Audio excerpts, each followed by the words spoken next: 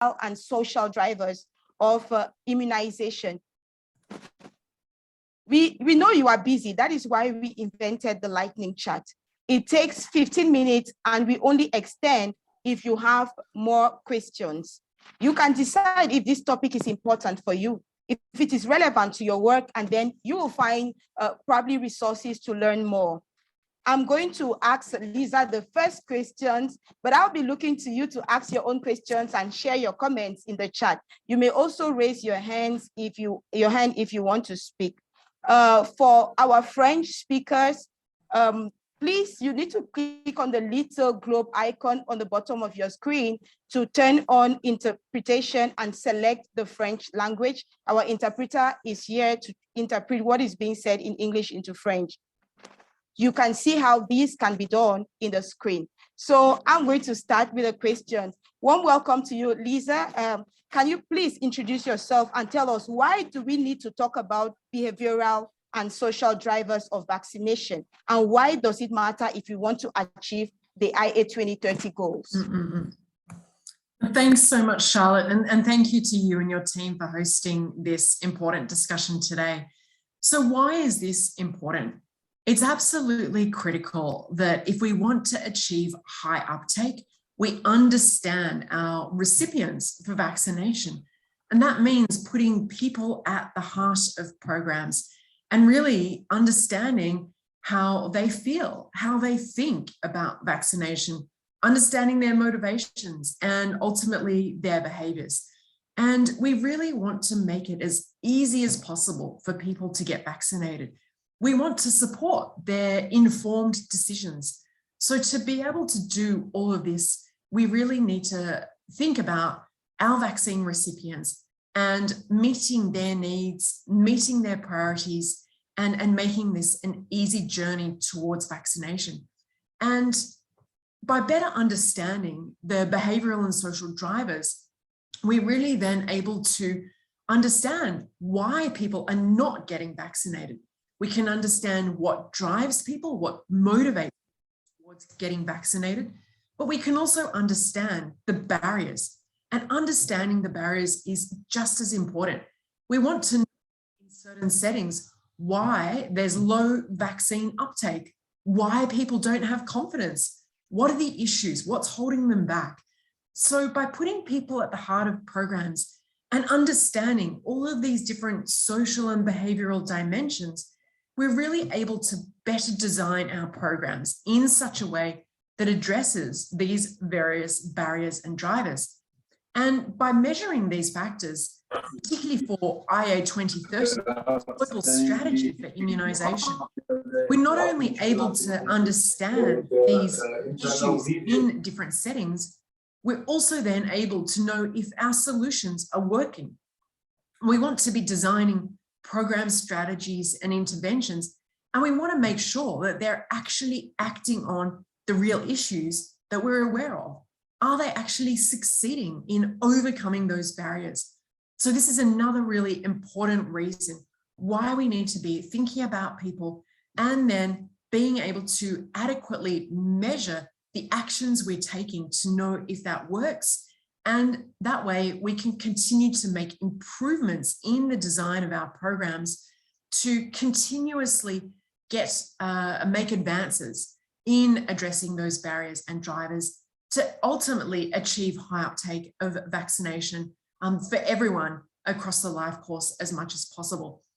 So that was a great question, Charlotte, to kick off this session. Back to you. Thank you so much, Lisa. And warm welcome to you if you're just joining us. We are here today with Lisa Manning from WHO talking about drivers, behavioral and social drivers of vaccination. So Lisa, my next question is, what are the behavioral and social drivers of vaccination? Yeah, thank you. So let's start to unpack this further. And there are four main behavioral and social drivers. And so for WHO, we have worked closely with global experts and partners around the world over the last couple of years and developed a framework which for us illustrates the four main behavioural and social drivers of vaccination. And this is what drives vaccine uptake. So I'm just quickly putting a slide up, which shows our framework, which specifies each of these four domains or four main factors. The first is thinking and feeling. And so this relates to people's confidence, their attitudes, whether they think that vaccines are important, safe. Do they trust vaccines? Do they trust those who are delivering vaccination? So this is where we situate attitudes. The next is related to the social processes, social norms or social influences at a local level.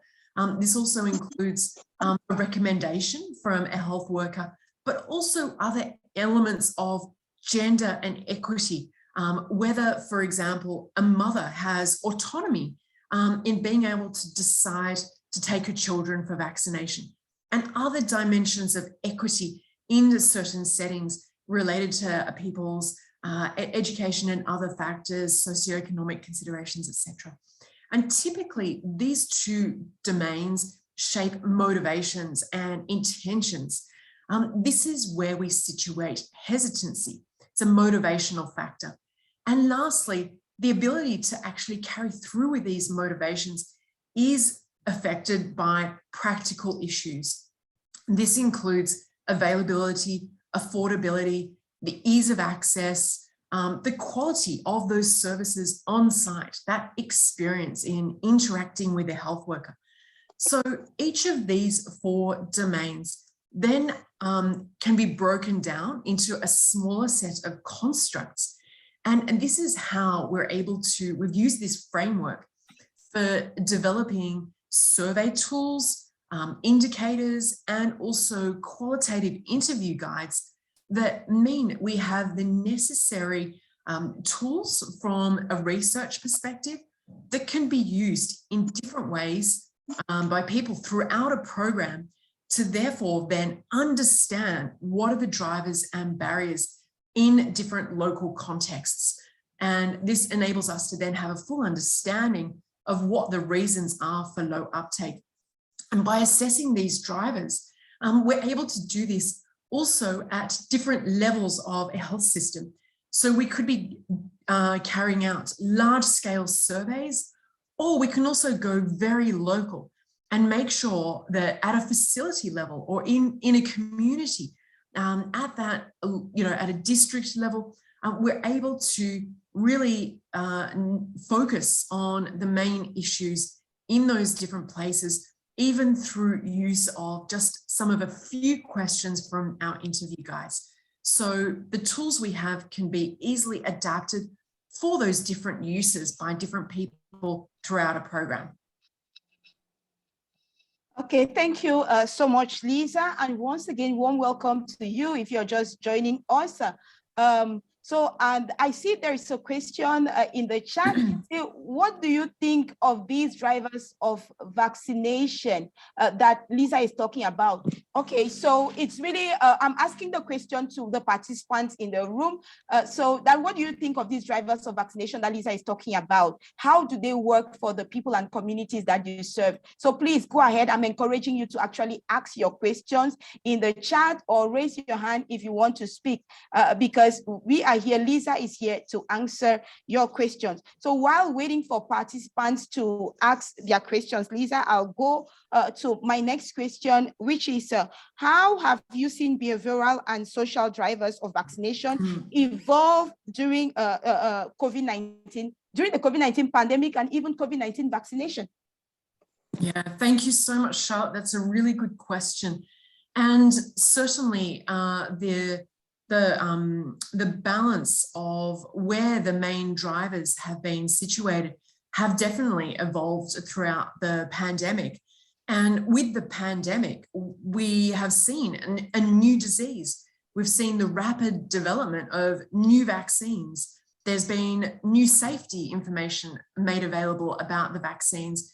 And as time has evolved, programs have gotten better at being able to deliver the vaccines to the necessary beneficiaries or recipients of the vaccines.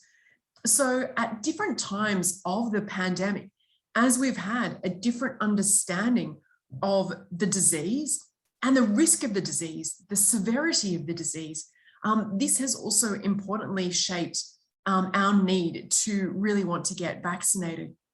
And the other thing that's been evolving has been the social norms. And as in the early days when vaccines were first starting to be available, not a lot of people were getting vaccinated. And we know that in many low-income countries, particularly in Africa, there was still a shortage of COVID vaccines until very recently. So programs were not able to carry out full-scale delivery of vaccination to their entire population.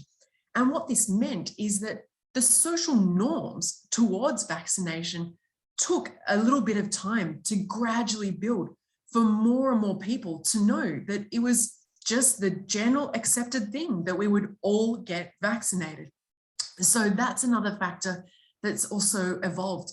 And lastly, as more and more vaccines have been made available in low-income countries, programs have gotten better at knowing what kinds of delivery strategies work the best, particularly for reaching new target populations.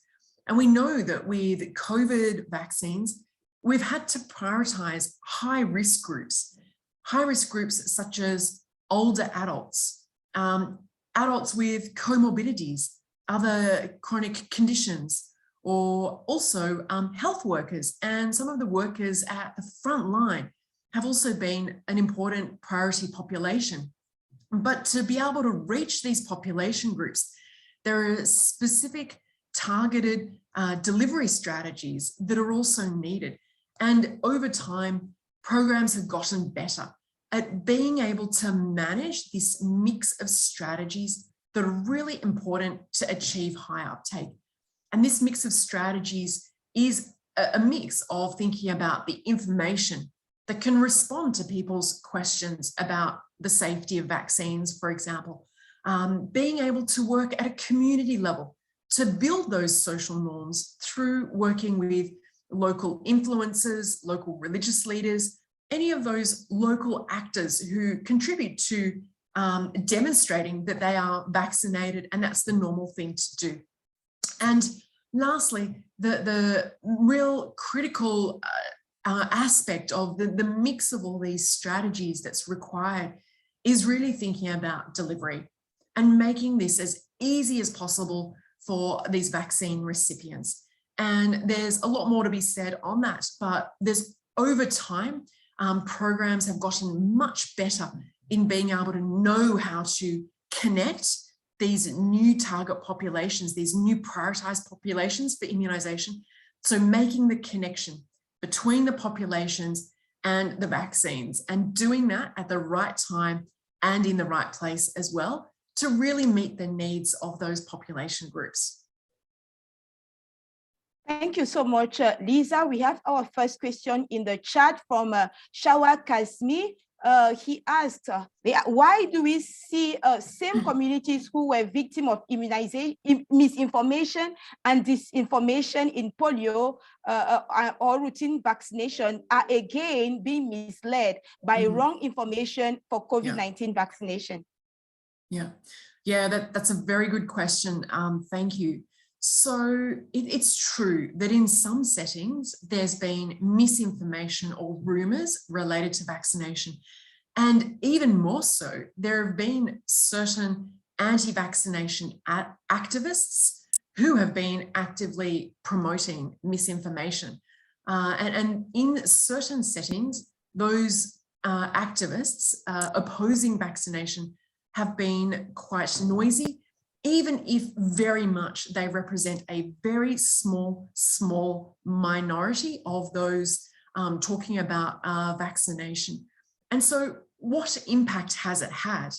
And we know that in the early days of the pandemic, in the first year or so, there was a lot of evolving knowledge about COVID and the vaccines. And we learned a lot about how it was transmitted, the severity, the risks, and then we had vaccines become available.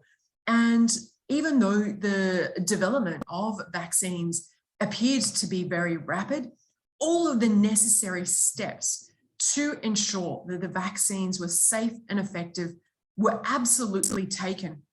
But it was a context where people were able to capitalize and take advantage of this dynamic setting with a lot of complex science at the same time about the disease and the risks and the vaccines as well.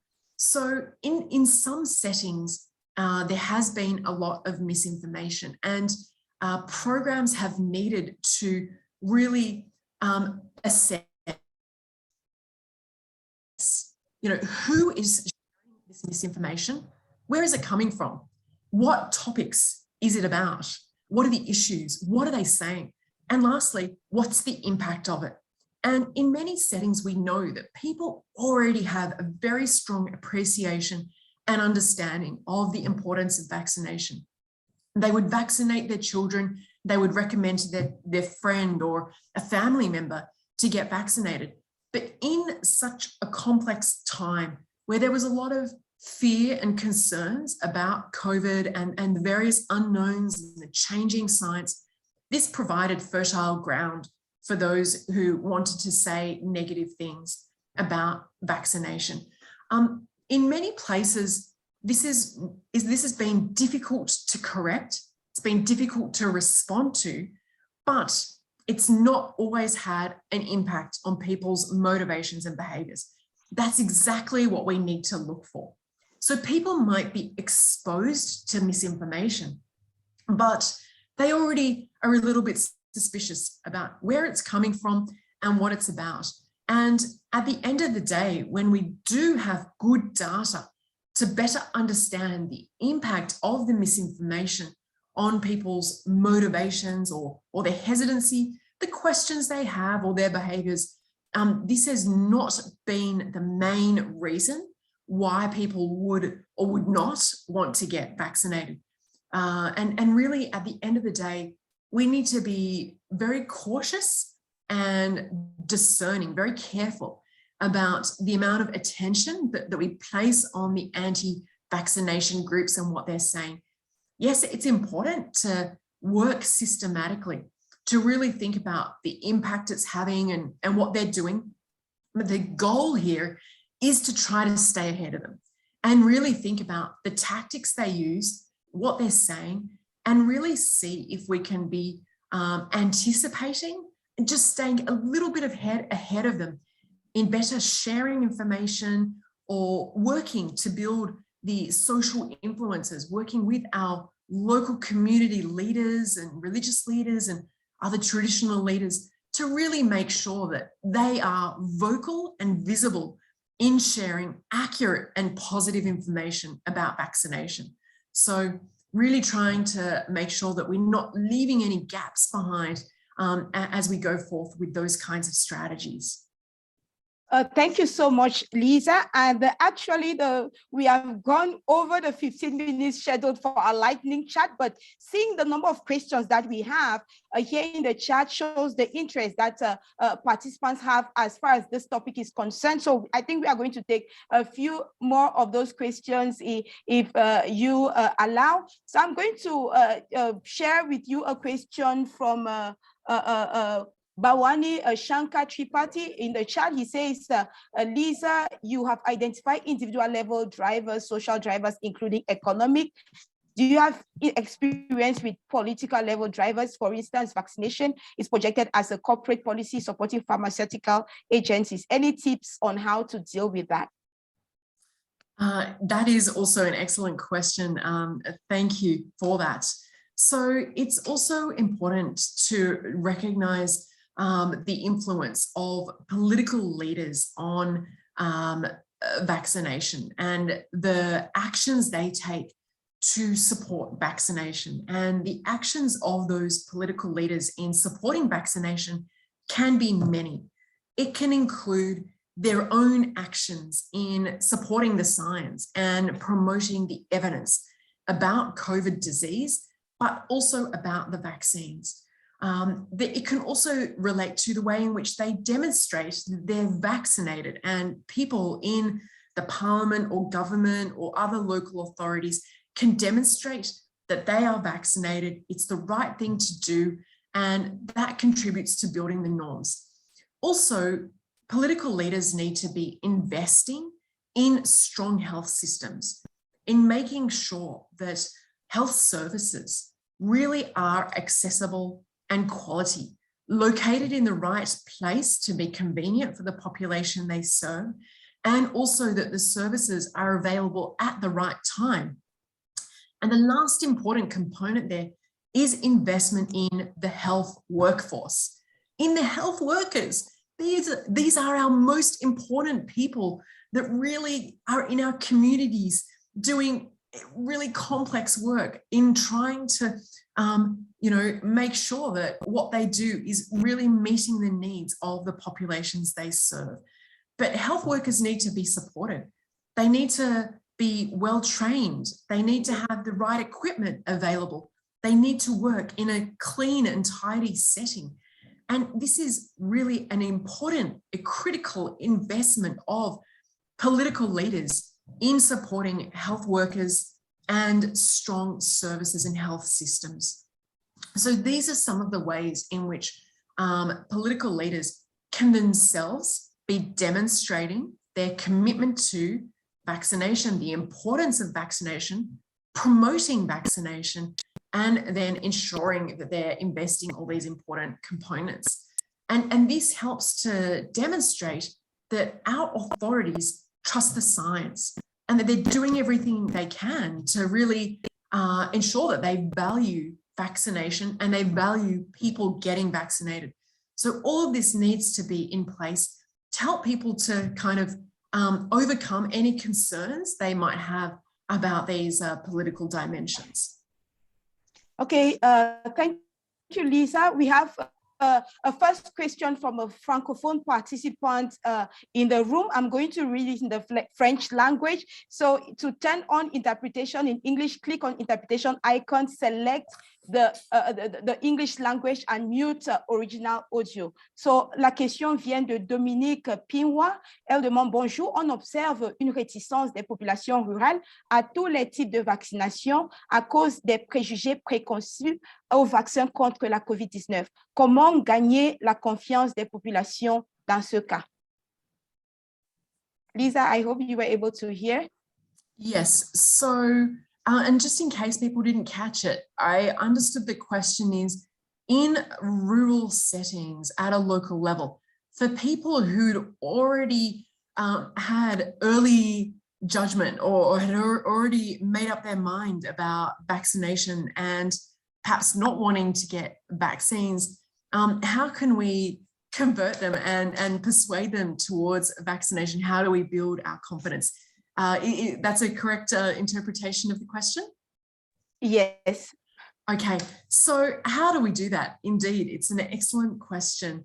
The main way to approach this through working at a very local level and making sure that we approach this from multiple angles. The challenge is that there's no one single solution, but we know in such cases, there's probably three things that we could be doing. The first is making sure that there's good information available from trusted sources and available through many different channels or mechanisms as well. So radio, TV, posters, or at the local imam at the weekly gathering, that, you know, the local religious leaders are taking opportunities in their communities, other priests or others who are taking the opportunity of gathering their constituencies and sharing accurate information about vaccination. We need to be working with those influencers to be able to support them to do this. So the first thing is sharing accurate information that addresses people's questions and concerns, and doing that from trusted people in many different ways. And the other thing then is making sure that opportunities for one-on-one dialogue is available. And we know that people mostly trust health workers, their local nurse or a doctor, someone in the health system. This person is often the most trusted source of information about vaccination. So these people should be made available for having these short conversations to basically say, you've got concerns about vaccination. Well, tell me a little bit more about that. What's worrying you? What's holding you back? And to really better understand, and by asking those questions in person and having the conversation and showing we really care about what people think and we want to know what it would take to move them towards vaccination. It's these conversations that are absolutely critical. And we then therefore also need to make sure our health workforce, our health workers, are able and equipped and trained to be able to have these conversations as well. And the last main thing to be doing to help build confidence and overcome the questions and the hesitancy is really through the services. Because sometimes we know it's not always easy to change how people think and feel. We can't always persuade people to change their mind once they have an opinion on a topic.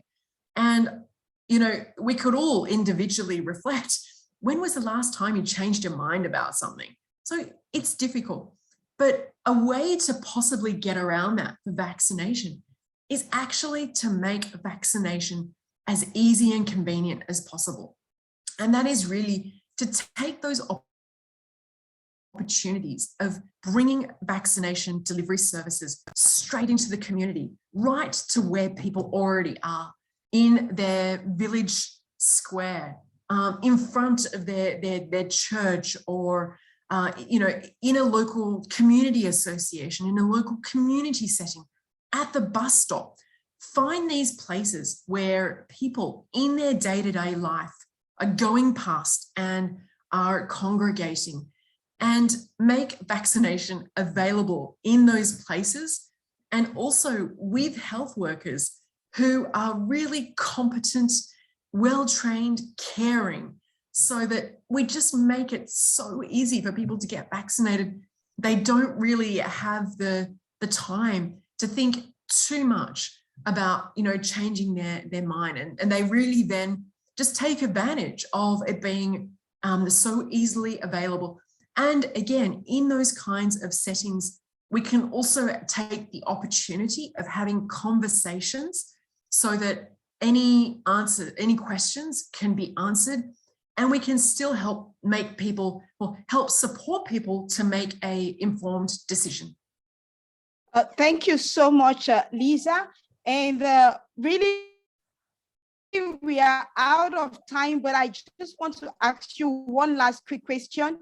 Are there any resources on analyzing and assessing drivers of confidence and uptake that you can refer our participants to? Yes, that's a great last question. So I'm going to put the link in the chat to 2 different websites or web pages where people can go for more information on this topic.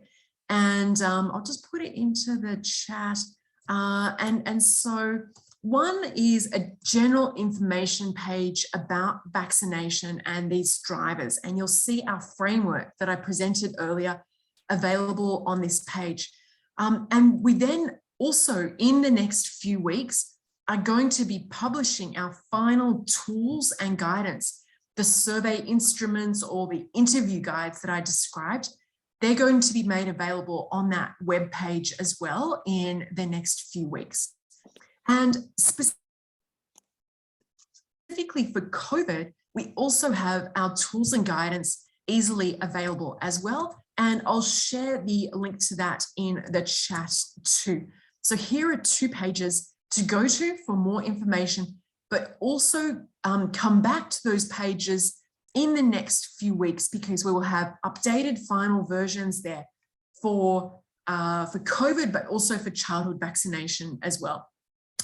If you cannot find that information as and where you need it, please don't hesitate to reach out to us. get back in contact with the Geneva Learning Foundation, or please reach out to me directly for more information on this topic, and we'd be very happy to support you further. Thank you very, very much. Really appreciate your time and your engagement today. So much, Lisa. From the many questions in the chat and the interaction and the comments, it's obvious that this topic is really of interest to all of us who are here today, but we have to stop now. But this is just the beginning of your learning journey. If this matters to you, you can continue to explore, engage, and learn, especially using the resources that Lisa just shared in the chat. As you can see on the screen, we have more lightning chats that have been planned. In fact, at the same time next week, we'll be having Lisa here again to answer our questions on how to build a positive experience of vaccination, considerations for service delivery. You won't want to miss it. It will be here in the same Zoom room. If you have any questions around this, don't hesitate to use the links that I'm putting in the chat now to ask your question, and continue to keep your eyes on our different platforms for the links and time for the various chats. And do not forget to let us know how we can do better. Thank you, Lisa, for being with us today and for answering our questions. We look forward to having you again with us next week. I just want to wish everyone a nice day or evening or night, depending on where you are joining from. And it is goodbye for now. Thank you, everyone. Thank you, Charlotte. Bye-bye. Bye. Thank you. Bye. Okay, thank you. Bye. Thank you. Bye. Bye. Bye. Bye. Bye-bye.